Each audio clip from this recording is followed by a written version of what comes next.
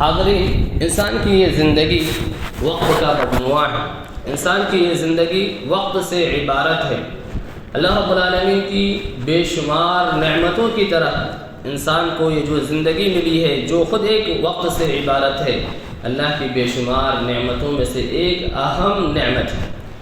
اللہ رب العالمین نے مختلف نعمتوں کے سیاق میں جو اللہ نے بندوں پر کیے ہیں اور ان نعمتوں کو جو اللہ نے بطور احسان قرآن مجید میں ذکر کیا ہے، اسی کے ضمن میں رات اور دن کو بھی بطور احسان ذکر کیا ہے۔ اللہ سبحانہ وتعالیٰ فرماتے ہیں وَسَخَّرَ لَكُمُ الشَّمْسَ وَالْقَمَرَ دَائِبَيْنِ وَسَخَّرَ لَكُمُ اللَّيْلَ وَالنَّهَارَ وَآتَاكُم مِّن كُلِّ مَا سَأَلْتُمُوهُ وَإِن تَعُدُّوا نِعْمَةَ اللَّهِ لَا تُحْصُوهَا إِنَّ الْإِنسَانَ لَظَلُومٌ كَفَّارٌ۔ اللہ رب العالمین نے کہا کہ اللہ تعالیٰ نے سورج اور چاند کو تمہارے لیے مسخر کیا ہے جو مسلسل چلتے رہتے ہیں۔ اللہ رب العالمین نے تمہارے لیے دن اور رات کو مسخر کیا ہے، اور اللہ نے تمہیں وہ سب کچھ دی ہے جو اللہ سے تم نے سوال کیا ہے۔ اللہ کی نعمتوں کو اگر تم گننا چاہو تو گن نہیں سکتے۔ یقیناً انسان بہت ہی بڑا ظالم ناشکرہ ہے۔ آیت میں غور کیجئے کہ اللہ تعالیٰ نے جن نعمتوں کا ذکر کیا، چاہے وہ چاند اور سورج کو مسخر کرنا ہو، چاہے وہ دن اور رات کو انسان کے ماتحت کرنا ہو، چاہے اللہ کی وہ تمام نعمتیں ہوں جو اللہ تعالیٰ نے ہمیں انعام کیا ہے، ہمارے سوال کے بعد ہمیں عطا کیا ہے، آخر میں اللہ نے کہا کہ یہ اور اس قسم کی بے شمار نعمتیں ہیں، اگر آپ اور ہم اللہ کی نعمت کو گننا چاہیں تو ایسی صورت میں ہرگز بھی گن نہیں سکتے ہیں۔ لیکن انسان کا معاملہ یہ ہونا چاہیے تھا کہ اللہ کی نعمتوں کو پا کر کے اللہ تعالیٰ کا شکر بجا لاتا۔ معاملہ یہ ہے کہ انسان نہایت ہی ظلم کرنے والا، اپنے آپ پر زیادتی کرنے والا، اپنے بھائیوں اور دوسروں پہ زیادتی کرنے والا، اور اللہ کی نعمتوں کا ناشکرہ ہے، شکر بجا لانے والا نہیں۔ تو گویا کہ رات اور دن کو اللہ نے کہا کہ میں نے تمہارے لیے مسخر کیا ہے، اور یہ رات اور دن وقت ہی سے عبارت ہے۔ قرآن مجید میں انسان کو وقت کی اہمیت بتانے کے لیے اللہ رب العالمین نے مختلف جگہوں پہ اپنی مختلف مخلوقات کی قسم کھائی ہے۔ ظاہر بات ہے کہ اللہ تعالیٰ کو کسی اور چیز کی قسم کھانے کی ضرورت نہیں ہوتی ہے۔ اللہ تعالیٰ کوئی بھی بات ہم کو اور آپ کو یوں ہی بتا سکتے ہیں۔ ایک بڑا شخص، ایک بڑا آدمی جب کسی کی قسم کھا کر کے کہتا ہو تو ظاہر بات ہے کہ وہ اس چیز کی اہمیت کو بتانے کے لیے کافی ہوتی ہے۔ آج جو اللہ کے علاوہ کسی اور کی قسم کھاتے ہیں، آپ اور ہم دیکھیں گے کہ کبھی کبھی وہ اپنے جان کی قسم کھاتے ہیں، کیونکہ وہ سمجھتے ہیں کہ جان ان کے نزدیک بہت ہی قیمتی چیز ہے۔ بسا اوقات آپ دیکھیں گے کہ وہ اپنے ماں باپ کی قسم کھاتے ہیں، کیونکہ انہیں معلوم ہے کہ ماں باپ کی جو نعمت ہے دنیا میں، یہ پھر دوبارہ سے ملنے والی نعمت نہیں ہے، بہت ہی عظیم نعمت ہے۔ تو انسان جب قسم کھاتا ہے تو گویا کہ وہ اس چیز کی اہمیت کو سمجھتا ہے، اس چیز کی قدر و قیمت کو سمجھتا ہے، تبھی جا کر کے کسی چیز کی وہ قسم کھاتا ہے۔ یہاں اللہ رب العالمین کا معاملہ تو بہت ہی اعلیٰ اور عرفہ ہے۔ اللہ تعالیٰ کا کسی چیز کی قسم کھا کر کے ہمیں بتا رہے ہیں تو گویا کہ ہمیں یہ احساس دلانا چاہتے ہیں کہ اللہ جو قسم کھا کر کے ہم کو اور آپ کو بتا رہے ہیں، گویا کہ وہ چیز بہت ہی اہم ہے، وہ بڑی قدر و منزلت والی ہے، اس کی قیمت چکانا آسان نہیں ہے۔ اس لیے ہم آپ متعدد آیتوں میں دیکھتے ہیں کہ اللہ نے کہیں پہ فجر کے وقت کی قسم کھائی ہے، کہیں جو ہے رات کی قسم کھائی ہے، کہیں جو ہے دن کی قسم کھائی ہے، کہیں جو ہے زمانے کی قسم کھائی ہے۔ سورہ فجر میں ہم مشہور آیتیں سنتے والفجر ولیال عشر، اللہ تعالیٰ نے قسم کھا کر کے کہا کہ قسم ہے فجر کے وقت کی اور 10 راتوں کی۔ اسی طرح اللہ تعالیٰ نے کہا والضحیٰ واللیل اذا سجی، قسم ہے چاشت کے وقت کی اور رات کی جب وہ ڈھانپ لے، اور کہا واللیل اذا یغشی والنہار اذا تجلی، قسم ہے رات کی جب ڈھانپ لے اور دن کی جب جو ہے وہ روشن ہو جائے۔ اور سورہ عصر میں اللہ تعالیٰ نے وقت کی قسم کھا کر کے، عصر کے وقت کی قسم کھا کر کے کہا کہ انسان تو حقیقت میں گھاٹے ہی میں ہے، سوائے ان لوگوں کے جن کے اندر وہ 4 اوصاف پائے جاتے ہیں جن کا ذکر اس سورہ میں موجود ہے۔ تو گویا کہ ان مختلف اوقات کا قسم کھانا اس بات کی اہمیت کو بتلانے کے لیے کافی ہے کہ وقت کی انسان کی زندگی میں بڑی قدر و قیمت ہے، انسان کی زندگی میں بڑی اہمیت ہے، انسان کو یوں ہی وقت گنوانا نہیں چاہیے۔ اللہ رب العالمین ہی کے لیے جائز ہے کہ اللہ تعالیٰ اپنی مخلوقات میں سے جس کی چاہے قسم کھائے، انسانوں کے لیے جائز نہیں کہ وہ اللہ کی اور اس کے اوصاف وغیرہ کے علاوہ کسی اور چیز کی قسم کھائے۔ غیر اللہ کی قسم کھانا اسلام میں شرک ہے، لہذا متنبہ رہیں، اس لیے کہ ہمارے اندر بھی یہ اعمال آ چکے ہیں۔ اس قسم کی شرکیہ باتیں غیر شعوری طور پر ہم سے بھی ادا ہوتی رہتی ہیں کہ کہیں ہم بھی جان کی قسم کھاتے ہیں، کہیں ماں باپ کی قسم کھاتے ہیں، اور تو میں نے ایسے لوگوں کو بھی سنا ہے، ایسے مسلمانوں کو بھی سنا ہے جو تعلیم کی قسم کھاتے ہیں، امانتوں کی قسم کھاتے ہیں، اور نہ جانے کون سی چیزوں کی قسم کھاتے ہیں۔ یہ سارے کی ساری چیزیں ہم مسلمان کے علم میں ہونی چاہیے کہ یہ شرکیہ اعمال ہیں، یہ شرکیہ اعمال ہے جو اللہ رب العالمین معاف کرنے والا نہیں ہے۔ انسان کو اس قسم کے، چاہے وہ شرک اصغر کے کام ہو چاہے اکبر کے کام ہو، ہر قسم کے شرکیہ اعمال سے اپنے آپ کو بچاتے ہی رہنا چاہیے۔ وقت کی کیا قدر و قیمت ہے؟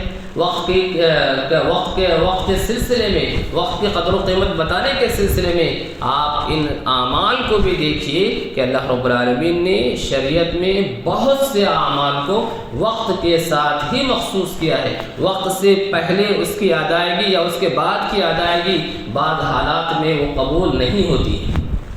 نماز کے معاملے کو لے لیجیے، نماز کے معاملے کو لے لیجیے، اللہ نے کہا ان الصلاۃ کانت علی المؤمنین کتابا موقوتا، ان الصلاۃ کانت علی المؤمنین، یقینا نماز مومنوں پر گویا کہ جو ہے وقت مقررہ پر فرض کر دی گئی ہے۔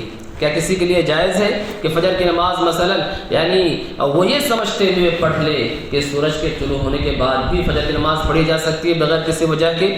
کسی کے لیے درست ہے کہ ظہر کی نماز زوال سے پہلے پڑھ لے کہ زوال سے پہلے بھی ظہر کی نماز پڑھی جا سکتی ہے، عصر کی نماز مغرب کے بعد پڑھی جا سکتی ہے؟ اس قسم کا عقیدہ رکھنا کسی کے لیے درست اور جائز نہیں ہوگا۔ ہاں، انسان سویا رہ گیا، غافل ہو گیا، مجبور کسی ایسے کام میں مشغول ہونے کے سبب وہ نماز ادا نہیں کر پایا تو گویا کہ وہ اس کی قضا کر سکتا، وہ الگ بات ہے۔ لیکن وہ یہ کہے کہ میں ظہر کی نماز کو زوال ہونے سے پہلے ہی پڑھ سکتا ہوں، ایسا اسلام میں اجازت نہیں ہے۔ کہا کہ وقت مقررہ پر ہی فرض ہے، وقت مقررہ سے پہلے انسان ان اعمال کو، ان نمازوں کو ادا نہیں کر سکتا۔ نماز سے ہمیں یہ پیغام ملتا ہے کہ انسان ایک کیا ہو، وقت کا پابند ہو، وقت کا پابند ہو، انسان کی زندگی میں وقت کی اہمیت واضح ہو جائے کہ ہمیں نماز کے ذریعے سے بھی یہ تعلیم ملتی ہے کہ آپ کی اور ہمارے زندگی میں وقت کی کیا قدر و قیمت ہے، کہ آپ کو اور ہم کو اس عبادت کو اسی جگہ پہ ادا کرنی چاہیے، اسی وقت پہ ادا کرنی چاہیے۔ اسی طریقے سے آپ روزے کو لے لیجیے، روزے کو لے لیجیے۔ اللہ رب العالمین نے ہم مسلمانوں پر رمضان کا روزہ فرض قرار دیا ہے۔ کیا رمضان کے مہینے کے علاوہ کسی اور مہینے میں رمضان کا روزہ رکھا جا سکتا ہے؟ ایسا جو ہے نہیں ہے۔ حج کا مہینہ بھی متعین ہے کہ حج کے جو اعمال ہیں اور جن جگہوں پہ ان اعمال کی انجام دہی ضروری ہے، ان جگہوں کے علاوہ کہیں اور جو ہے حج نہیں ہو سکتا ہے۔ آج مسلمانوں کا المیہ کیا ہے؟ آج کچھ لوگ سمجھتے ہیں کہ اجمیر میں جائیں اور جو ہے حج کر کے آ جائیں۔ یہ نعوذ باللہ کس قسم کی عقیدے کی خرابیاں ہمارے اندر در آئی ہیں، اور اس کے باوجود ہم اپنے آپ کو مسلمان سمجھتے ہیں۔ تو وہ ہے کہ ان اعمال کو لیجیے، چاہے نماز کا معاملہ ہو، چاہے روزے کا معاملہ ہو، چاہے حج کا معاملہ ہو، یہ ساری عبادتیں ہم کو وقت کی اہمیت کا درس دیتی ہیں، ایک مسلمان کو بتاتی ہیں کہ یہ ایک مسلمان وقت کا پابند ہوتا ہے، اس کی زندگی میں وقت کی بڑی قدر و قیمت ہوتی ہے، اس کی زندگی میں وقت کی بڑی اہمیت ہوتی ہے۔ لیکن افسوس کا معاملہ یہی ہے کہ آج مسلمان قوم کس قدر وقت ضائع کرتی ہے، کس قدر وقت ضائع کرتی ہے۔ ہمارے پاس وقت اتنا زیادہ ہے کہ ہم کہتے ہیں کہ وقت ہم سے پاس نہیں ہو رہا ہے، ہم وقت پاس کرتے ہیں، ٹائم پاس کرنا ہم کہتے ہیں۔ اسی نتیجے میں آج ہم مختلف میدان میں پیچھے ہیں۔ تو المہم فی الوقت کہنے کا مقصد میرا یہی ہے کہ ان عبادتوں سے ہمیں شریعت یہ بتلانا چاہتی ہے کہ ایک مسلمان کی زندگی میں وقت کی بڑی قدر و قیمت ہے۔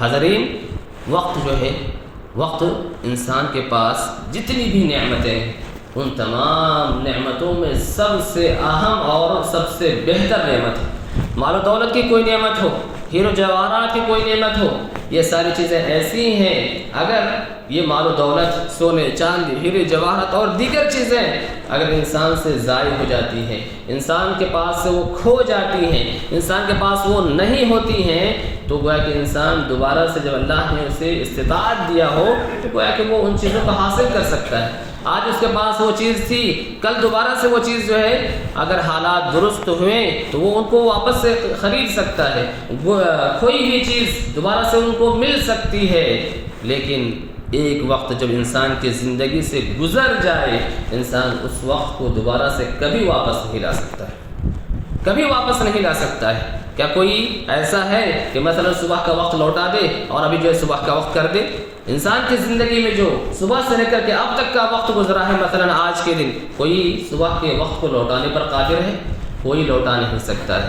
گویا کہ مطلب یہ ہوا کہ وقت ایسی چیز ہے کہ ہم اس کو دوبارہ لوٹا نہیں سکتے، اور انسان کے پاس اگر اللہ حیثیت دے تو گویا کہ وہ مال و دولت دنیا کا کما سکتا ہے، ہیرے جواہرات جمع کر سکتا ہے، سونے چاندیاں خرید سکتا ہے، لیکن وقت کبھی نہیں خریدا سکتا، وقت کبھی نہیں لوٹایا جا سکتا۔ وقت ہم سب جانتے ہیں کہ وقت جو ہے بڑی تیزی سے گزرتا رہتا ہے ہماری زندگیوں سے، وہ جو لمحہ بھی کم ہوتا چلا جاتا ہے، منٹ کے اعتبار سے ہو، سیکنڈ کے اعتبار سے ہو، گھنٹے کے اعتبار سے ہو، دن کے اعتبار سے، ہفتہ، مہینہ، سال کے اعتبار سے ہو، ہم سب بہت ہی آسانی سے محسوس کر سکتے ہیں کہ وقت کتنی تیزی سے گزرتا ہے، اور جتنی بھی تیزی سے وقت گزرتا چلا جائے ہم اتنے ہی تیزی سے اپنی آخری منزل کی طرف رواں دواں ہوتے چلے جاتے ہیں، اتنی ہی تیزی سے ہم قیامت کی طرف بڑھتے چلے جاتے ہیں، اپنے موت کی طرف بڑھتے چلے جاتے ہیں۔ اللہ کے نبی صلی اللہ علیہ وسلم نے قیامت سے پہلے جو علامتیں بتائی ہیں، چھوٹی چھوٹی علامتیں جو بتائی ہیں، انہی میں سے ایک یہ بتائی کہ وقت جو ہے زمانہ قریب ہو جائے گا، وَيَتَقَارَبُ الزَّمَانِ کے الفاظ آتے ہیں صحیح بخاری وغیرہ میں، زمانہ قریب ہو جائے گا۔ زمانہ قریب ہونے کا مطلب کیا ہے؟ مطلب یہی ہے کہ انسان کا وقت نہایت تیزی سے گزرے گا۔ ابھی جو ہے نیا سال شروع ہوا، جنوری کا مہینہ ختم ہو چکا، آج فروری کی 2 تاریخ ہے،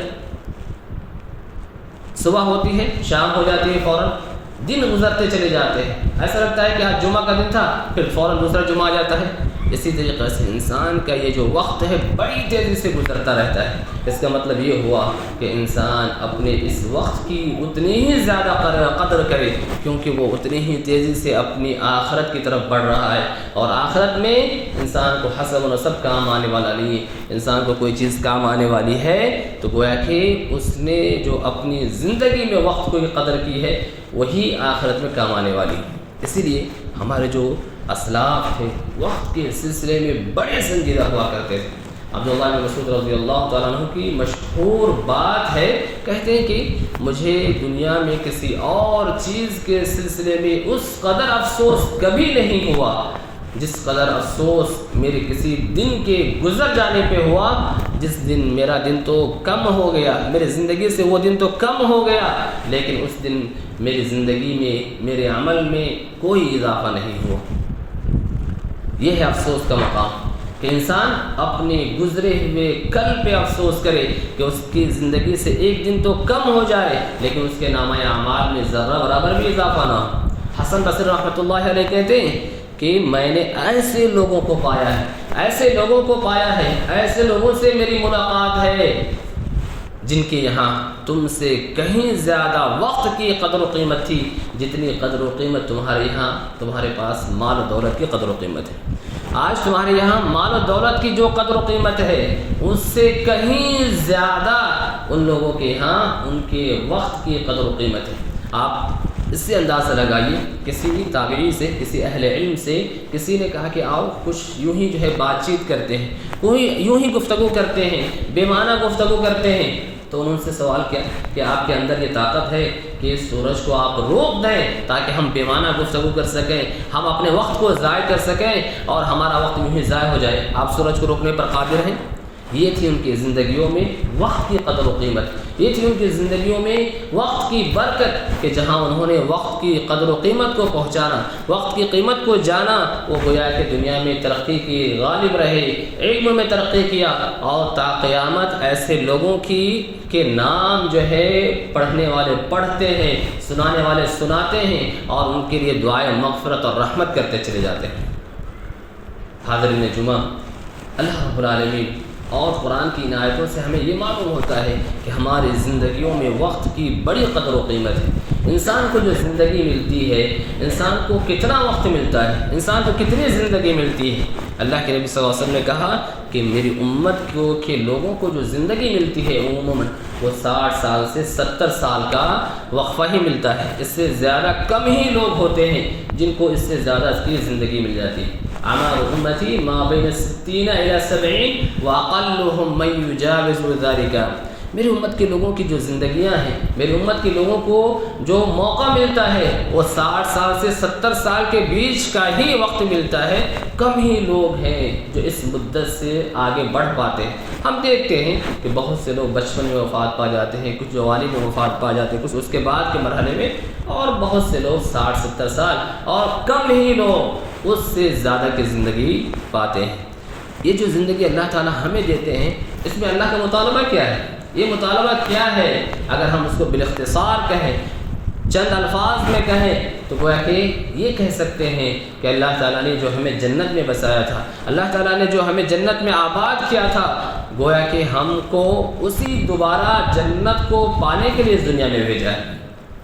یہ جو موقع ہے، یہ جو مہلت ہے، جنت جو ہمارا اصل ٹھکانہ تھا، آدم علیہ السلام کو جو اللہ تعالیٰ نے سب سے پہلے جنت میں جو آباد کیا تھا، اور آدم علیہ السلام سے جو چوک ہو گئی اس کے نتیجے میں جو انسان دنیا میں بھیجا گیا، وہ اسی لیے کہ دوبارہ سے وہ اپنا کھویا ہوا مقام اور مرتبہ پالے، اپنا کھویا ہوا وقار پالے۔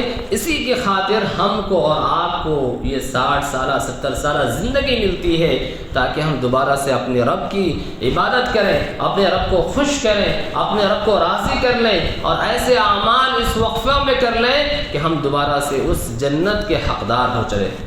یہی وجہ ہے کہ اللہ کے نبی صلی اللہ علیہ وسلم سے ایک مرتبہ ایک صحابی آئے اور پوچھا، اے اللہ کے رسول صلی اللہ علیہ وسلم، ای الناس خیر، لوگوں میں سب سے بہتر آدمی کون ہے؟ آپ نے کہا، من طال عمره وحسن عمله۔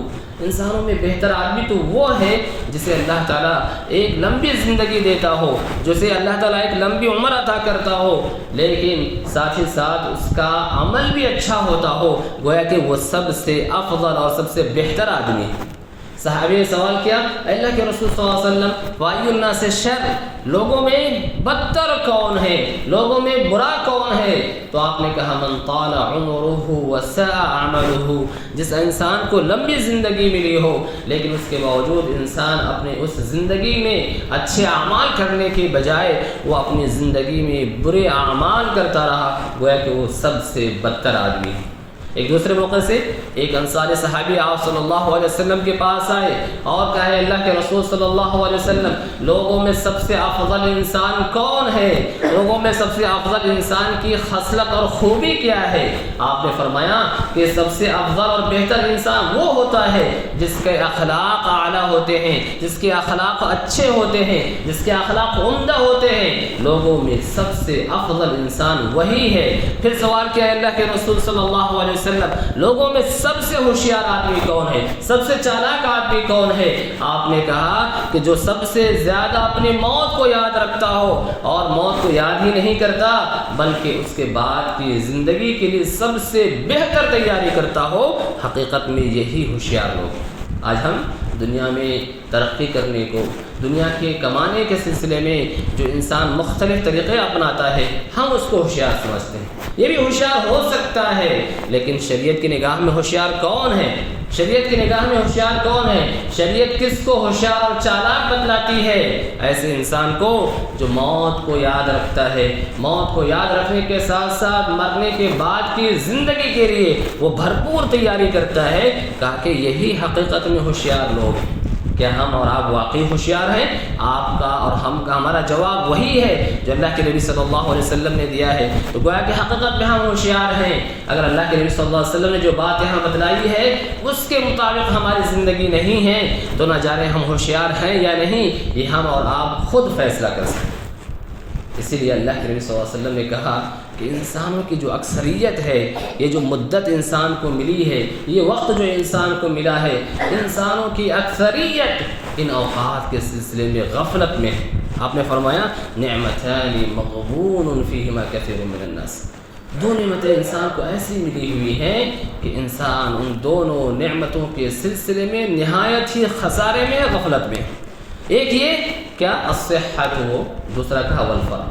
انسان کو جب صحت و تندرستی ہوتی ہے، ان صحت کے ایام کو اللہ کی عبادت میں گزارنے کے بجائے انسان جو ہے ان صحت کے ایام کی قدر نہیں کرتا ہے، اور کہا کہ خالی اوقات، فراغت کے اوقات جو ملے ہوئے ہوتے ہیں، انسان وہاں مشغول نہیں ہوتا ہے، اس کی قدر نہیں کرتا ہے۔ گویا کہ قدر نہ کرنے والے یہی لوگ حقیقت میں خسارے میں ہیں۔ انسان کی زندگی جو ملی ہے یوں ہی بیکار نہیں ہے کہ نہیں، اللہ تعالیٰ نے اور جو زندگی ہمیں جو دی ہے، یہ جو وقت ہمیں دیا ہے، یوں ہی بیکار نہیں دیا ہے، بلکہ اللہ تعالیٰ زندگی کے ہر لمحے کے بارے میں سوال کرے، ہر لمحے کے بارے میں سوال کرے گا۔ اس لیے آپ صلی اللہ علیہ وسلم نے کیا کہا تھا کہ جو تمہارے جو صحت کے ایام ہیں، بیماری سے پہلے اس کو غنیمت جان لو۔ جو تمہارے صحت مندی کا ایام ہے، بیماری سے پہلے اس کی غنیمت جان لو، مشغولیت کے آنے سے پہلے خالی اوقات کو غنیمت جان لو، مرنے سے پہلے زندگی کو غنیمت جان لو، فقیری سے پہلے مالداری کو غنیمت جان لو، اور بڑھاپے سے پہلے جوانی کو غنیمت جان لو۔ ان ایام کو، ان موقعوں کو غنیمت جانتے ہوئے اللہ رب العالمین کی اطاعت و فرمانبرداری کے جو بھی کام ہو سکتے ہیں ان میں اللہ کی خوشنودی کے سارے کام آپ کو کر لینے چاہیے، ورنہ جب قیامت کے دن اللہ کے سامنے کھڑے ہوں گے، ہمارے اور آپ کے قدم جب تک 5 سوالوں کے جواب ہم نہ دے دیں، ہمارے قدم اللہ کے سامنے سے ہل نہیں سکتے۔ سنن ترمذی وغیرہ کی روایت میں ہے کہ بندہ جب تک اللہ کے سامنے قیامت کے دن ہل نہیں پائے گا، جب تک وہ 5 سوالوں کے جواب نہ دے۔ سب سے پہلا سوال ہے ہی کیا؟ وَعَنْ عُمْرِهِ فِيمَا أَفْنَاهُ، ہمارے اور آپ کی جو زندگی ملی، ہم نے اور آپ نے اس زندگی کو کس کام میں خرچ کیا ہے؟ ہم نے اور آپ نے اس زندگی کو کس کام میں خرچ کیا ہے؟ سب سے پہلا سوال اللہ کے سامنے یہی ہوگا۔ اللہ کے سامنے اگر جواب نہ بن پائے تو آپ صلی اللہ علیہ وسلم نے کہا کہ بندہ اللہ کے پاس سے ہل ہی نہیں سکتا ہے، اس کے قدم اللہ کے پاس سے ہل ہی نہیں ہو سکتا ہے۔ تو کیا ہم واقعی اللہ کے پاس اس قسم کے سوالوں کے جواب دینے کے لیے تیار ہیں؟ کیا ہمارے اندر، یا ہم نے اتنی تیاری کی ہے کہ اللہ تعالیٰ اگر ہم سے یہ سوال کرے تو ہم کیا جواب دینے پہ قادر ہیں؟ یہ ہر انسان بآسانی سوچ سکتا ہے۔ حاضرین، ہم سب جانتے ہیں کہ ہم وقت کس قدر ضائع کرتے ہیں۔ ہمارے یہاں وقت کا ضیاع کتنا زیادہ ہوتا ہے، یہ ہم میں سے کسی سے مخفی نہیں۔ اگر آپ کو وقت ہم کتنا ضائع کرتے ہیں دیکھنا ہو تو بآسانی دیکھ سکتے ہیں، دوستوں کی محفلوں میں، ہوٹلوں میں، اور اس قسم کے مختلف جگہوں میں، جہاں دیکھیں گے کہ انسان یوں ہی بیٹھا جو ہے گھنٹوں ضائع کیے رہتا ہے، اور اگر گھنٹوں یوں ہی ضائع کرتا تو بھی بات معقول ہو سکتی تھی، بات سمجھ میں آ سکتی تھی۔ آپ اور ہم بخوبی جانتے ہیں کہ جب 5-6 آدمی بیٹھتا ہے تو وقت ہی ضائع نہیں ہوتا، بلکہ انسان مختلف قسم کی برائیوں میں ملوث ہوتا رہتا ہے۔ اس کی برائی بیان کیا، اس کی چغلی کیا، اس کے سلسلے میں الزام لگایا، کسی پہ بہتان تراشی کیا، نہ جانے اس مجلس میں، ان وقتوں میں ہم کس قدر برائی کرتے چلے جاتے ہیں، یہ ہم میں سے کسی سے مخفی نہیں ہے۔ دوستو احباب کی مجلس ہے، بڑی اچھی بات ہے، دوستی ہونی چاہیے، زندگی اس کے بغیر انسان کی عموماً گزر نہیں پاتی ہے، لیکن اس بات سے ڈرنا چاہیے کہ کہیں یہی دوست و احباب قیامت کے دن ہمارے جو ہے افسوس کا باعث نہ بنے، ہمارے افسوس کا باعث نہ بنے۔ ہوٹلوں میں ہم چائے پینے جاتے ہیں، یہاں تک تو معاملہ درست ہو سکتا ہے، لیکن وقت کا ضیاع ایسے ہی ہو، برائیوں کے ساتھ ہو، یہ ہمارے لیے وبال بن سکتا ہے۔ اور وقت کا ضیاع جو آج کا سب سے زیادہ ہوتا ہے، وہ آج اور ہم میں سے ہر شخص کے ہاتھ میں، بچے ہوں یا بوڑھے ہوں، کوئی کیوں نہ ہو، مرد ہو کہ خواتین، سب کے ہاتھ میں یہ جو موبائل ہے، اس کی وجہ سے ہمارے اوقات اس قدر ضائع ہوتے ہیں کہ یہ اللہ کی پناہ۔ فوراً ہم فیس بک پہ جاتے ہیں، واٹس ایپ پہ اسٹیٹس چیک کرتے ہیں، اپنا اسٹیٹس لگانے کی فکر میں ہوتے ہیں، دوسروں کے اسٹیٹس دیکھنے میں ہوتے ہیں، ہمارا وقت یوں ہی ضائع ہوتا رہتا ہے۔ لیکن ایسا ہرگز نہیں ہونا چاہیے، وقت کی قدر کرنی چاہیے۔